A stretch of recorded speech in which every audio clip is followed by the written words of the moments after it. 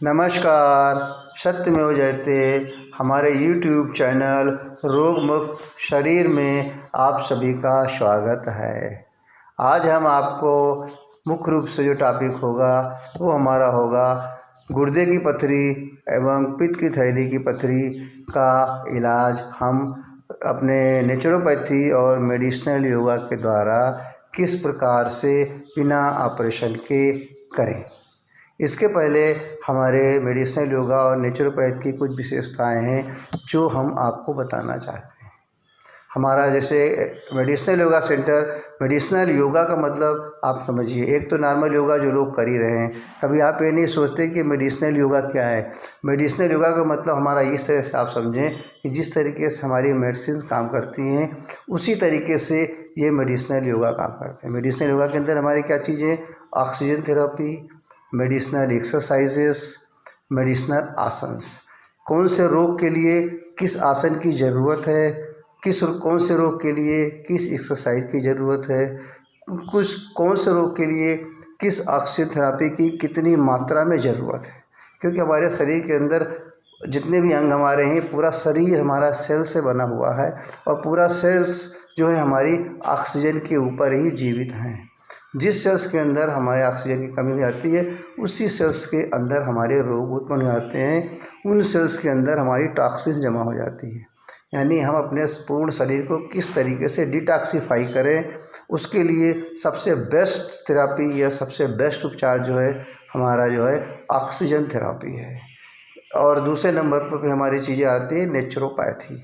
तो यदि हम दोनों का कंबाइन एक साथ उपचार करते हैं तो हमें ज़्यादा से ज़्यादा लाभ मिलता है।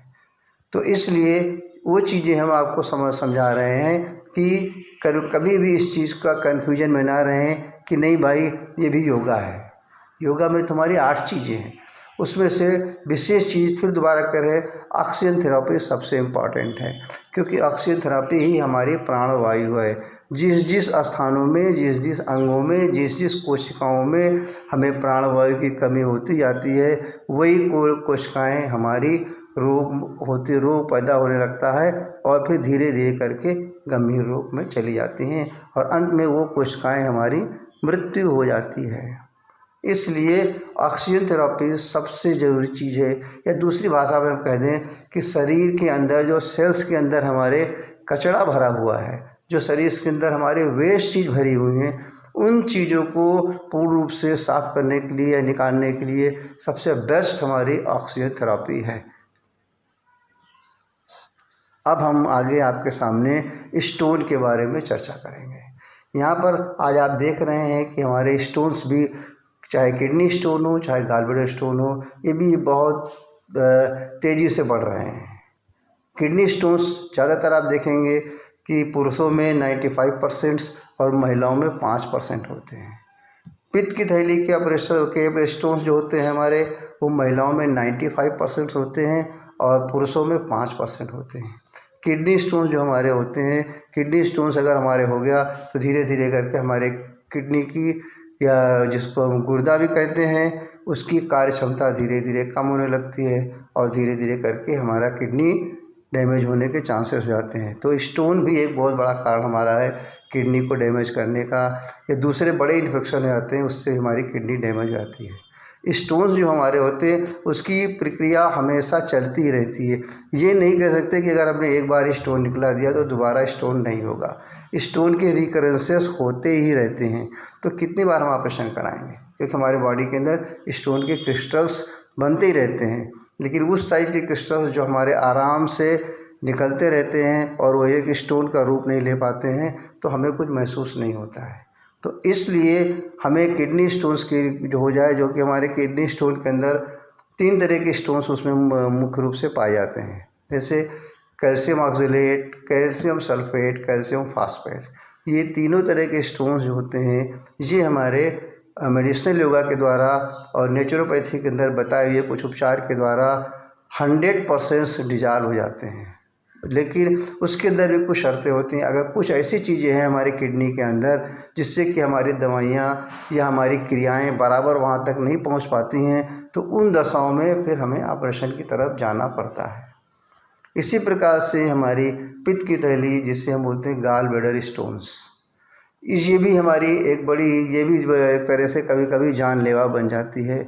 और इसका भी अगर लॉन्ग टाइम तक हमारा स्टोन्स गॉल ब्लैडर में पड़ा रहा तो वहाँ पे ऑब्स्ट्रक्शन शुरू हो जाता है, या वहाँ पे फाइब्रोसिस शुरू हो जाती है, या वहाँ पे तमाम सारे अन्य बीमारियाँ उत्पन्न हो जाती हैं, और धीरे धीरे करके वो भी एक कैंसर का रूप ले लेता है। गॉल ब्लैडर स्टोन्स की जब हम जांच करा के देखते हैं तो उसके लिए सबसे पहले हम जांच कराते हैं। गॉल ब्लैडर हमारा लीवर से अटैच छोटा सा अंग एक गाजर की तरह होता है, जो 65 से अपना सेंटीमीटर्स के लमसम उसकी लंबाई होती है, मैक्सिमम पड़ा रहता है। और गॉल ब्लैडर स्टोन्स का हमारे शरीर के अंदर मुख्य कार्य क्या होता है, बाइल साल्ट का स्टोरेज। जब हम दिन भर में कुछ ना कुछ ऐसी चीज़ें खाते रहते हैं जिसके अंदर एसिड की मात्रा ज़्यादा होती है, या उनको पचने के लिए हमें थोड़े बाइल साल्ट की ज़रूरत होती है, तो वो सब चीज़ें वो हमें पहुंचाता रहता है। अगर हम गॉल ब्लैडर को निकाल देते हैं तो ऐसा नहीं कि मतलब हम जी नहीं सकते हैं, लेकिन उसके बाद की लाइफ स्टाइल काफ़ी परिवर्तित जाती है, और वहाँ हर चीज़ को, उनके नियमों को फॉलो करना काफ़ी कठिन हो जाता है। तो ऐसे कंडीशंस में, और दोबारा फिर वही हमने बताया कि रिकरेंसेस गॉल ब्लैडर स्टोन्स हो चाहे हमारा किडनी स्टोन्स हो, दोनों के अंदर होते ही रहते हैं। गॉल ब्लैडर स्टोन्स के लिए पता लगाने के लिए सबसे बेस्ट तरीका है अल्ट्रासाउंड, और उससे भी अच्छा तरीका हमारा है MRCP। इन दोनों विधियों के द्वारा हमें गॉल ब्लैडर के अंदर में स्टोन की परिस्थिति का पता चल जाता है। अब हमें ये देखना है कि किस कंडीशंस में हमें गॉल ब्लैडर स्टोन्स के लिए सर्जरी ज़रूरी है कि हम उसको दवा से ठीक कर सकते हैं।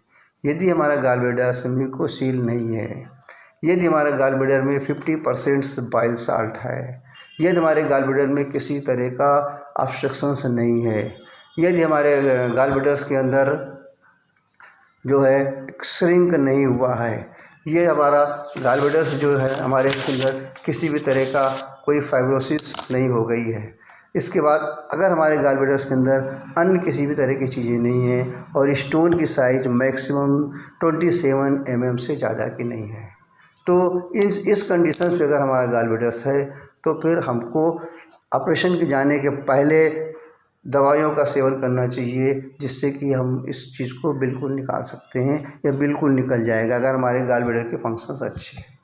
गॉल ब्लैडर जब देखते हैं तो उसमें दो कंडीशन सबसे पहले आती है जांच के अंदर। एक हमारी आती है कोलियोसिस्टाइटिस, दूसरा हमारा आता है कोलियोसिस्थेसिस। इन दोनों की, कोलियोसिस्टाइटिस का मतलब होता है कि हमारे गॉल ब्लैडर के अंदर सूजन आ गई, दीवार में सूजन भी आती है, जिसे तो की तरह से उनको इन्फ्लामेशन कहते हैं। तो ऐसी कंडीशंस में अगर हमारा है तो निश्चित रूप से गॉल ब्लैडर का स्टोन्स बिना ऑपरेशन के निकल जाएगा, जिसको ही हमारे जांच करने के बाद, चाहे MRCP से कराएं चाहे आप अल्ट्रासाउंड से कराएं, उसको देखने के बाद पता चल जाता है कि इसकी सर्जरी की ज़रूरत है, सर्जरी की ज़रूरत नहीं है। इसी तरीके से हमारा जो किडनी स्टोन्स है उसमें कुछ चीज़ें ऐसी होती हैं कि जब हम एक्सरे के द्वारा भी मालूम कर लेते हैं। इसके पहले एक IVP की जांच होती थी, अब उसकी जगह पर लोग अल्ट्रासाउंड पे ज़्यादा विश्वास करने लगे हैं, या उसमें भी आने लगा है। लेकिन कभी कभी एक्सरे में भी हमारा ओपेक और नॉन ओपेक दो कंडीशंस होती हैं। एक में कभी कभी अगर गैसें हो जाती हैं तो हमें स्टोन क्लियर नहीं दिखाई पड़ता है। तो इस तरीके से स्टोन्स का कन्फर्मेटिव टेस्ट हमारा गुर्दे के लिए सबसे उत्तम है IVP का, या फिर हमारी अल्ट्रासाउंड्स।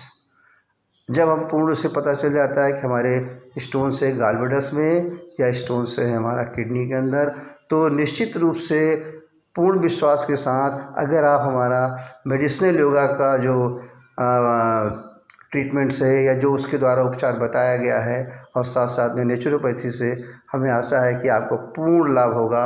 और इसके साथ साथ आप स्टोन्स से किसी भी प्रकार के पूर्ण रूप से छुटकारा पा जाएंगे, और कुछ चीज़ें ऐसी बताई जाएंगी आपको ताकि आगे फिर दोबारा चल करके रिकरेंसेस ना होने पाए।